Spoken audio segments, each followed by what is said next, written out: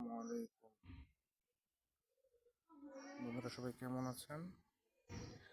আজকে আপনাদের দেখাবো আমার গাছের 4 কেজি আম। মাসাল্লাহ, এটা এখন প্রায় 2 কেজির কাছাকাছি। ঠিক আছে,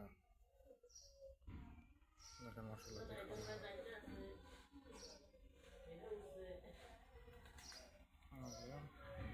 সুন্দর। একটা এটা ওইটা থেকে ছোট,